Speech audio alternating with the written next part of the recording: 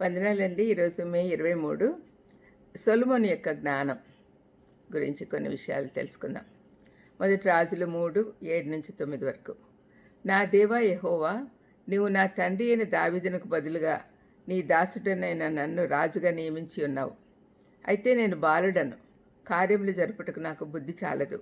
నీ దాసుడనైన నేను నువ్వు కోరుకున్న జనుల మధ్య ఉన్నాను.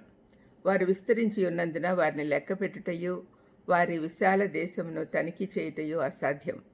ఇంత గొప్పదైన నీ జనమునకు న్యాయం తీర్చగలవాడు ఎవడు? కాబట్టి నేను మంచి చెడ్డలు వివేచించి నీ జనులకు న్యాయం తీర్చినట్లు నీ దాసుడనైన నాకు వివేకం గల హృదయం దయచేయము. ప్రపంచంలో ఏది కావాలన్నా అడిగి పొందగల అవకాశం ఉన్నా కూడా సొలొమోను దేవుని యొద్ద ప్రజలకు సరైన మార్గంలో నడిపిస్తూ సరైన నిర్ణయాలు తీసుకొనడానికి కావలసిన జ్ఞానం కొరకు అడిగాడు.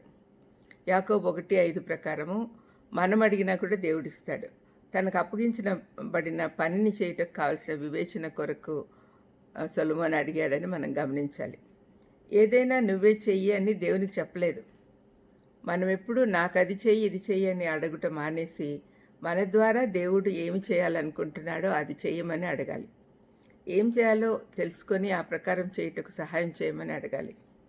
కొండ మీద ప్రసంగంలో ప్రభువు అడవి పువ్వులు సొలొమోను కంటే ఎక్కువ అలంకరింపబడి ఉన్నవి అని మత్తయి 6:28-29 చెప్పాడు. అయినా కూడా సొలొమోను వైభవం వెనుకున్న రహస్యము కనుగొనాల్సిన అవసరం మనకుంది.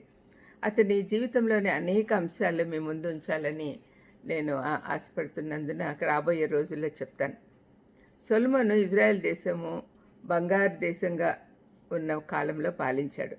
అతని పాలన జ్ఞానము, పని, ఆరాధన, సంపదలతో కూడి ఉంది. కానీ దురదృష్టవశాత్తు చివరి రోజుల్లో స్త్రీల వల్ల చెడిపోయినట్లు చూస్తున్నాం. తన పాలన మొదలెట్టగానే తన ముందున్న భారమైన పరిచర్య చూసి తను బాలుడను అని తన అసహాయత దేవుని ఎదుట పెట్టాడు. అయితే దేవుడు తనకి ఎక్కువ జ్ఞానం ఇచ్చాడు. మొదటి రాజులో 4:29-30లో దేవుడు జ్ఞానమును, బుద్ధిని, వర్ణింప సఖ్యము కాని వివేచన గల మనస్సును సొలొమోనుకు దయచేసిన కనుక సొలొమోనుకు కలిగిన జ్ఞానము తూర్పు దేశస్థుల జ్ఞానం కంటేనూ ఐగుప్తీయుల జ్ఞానం అంతటి కంటేనూ అధికమై ఉండెను అని వ్రాయబడి ఉంది. దేవుడిచ్చిన జ్ఞానమును సున్నితమైన సమస్యల కొరకు కూడా అతడు వాడుకున్నట్లుగా మొదటి రాజులు 3:16-28లో కనపడుతుంది. దయచేసి ఆ పోర్షన్స్ అంతా చదవండి, చాలా ఇంట్రెస్టింగ్గా ఉంటాయి.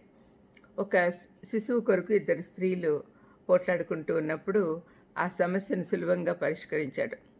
బైబిల్లో వాక్యం యొక్క జ్ఞానము, జ్ఞానుల జ్ఞానము, లోక జ్ఞానము, మనుషుల జ్ఞానము అనో ఇట్లా రకరకాల జ్ఞానం గురించి చెప్పబడి ఉంది.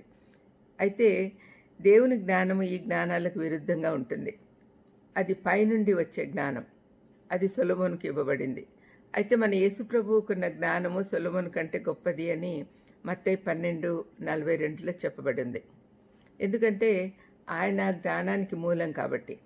అన్ని కోణాలలో ఆయనలో జ్ఞానం ప్రదర్శించబడింది. కాబట్టి యేసయ్య పాదాల యొద్ద చేరి మనం ఆ జ్ఞానాన్ని పొందుకోవాలి. ప్రార్థన చేసుకుందాం. దయమైన యేసునాయనా, సొలొమోను యొక్క జ్ఞానము అది అడిగి పొందుకున్న విధానము మేము తెలుసుకున్నాం తండ్రి. అవును తండ్రి, మాకందరికి కూడా మీ జ్ఞానం కావాలైనా. మాకు ఎటువంటి సొంత జ్ఞానము లేదు.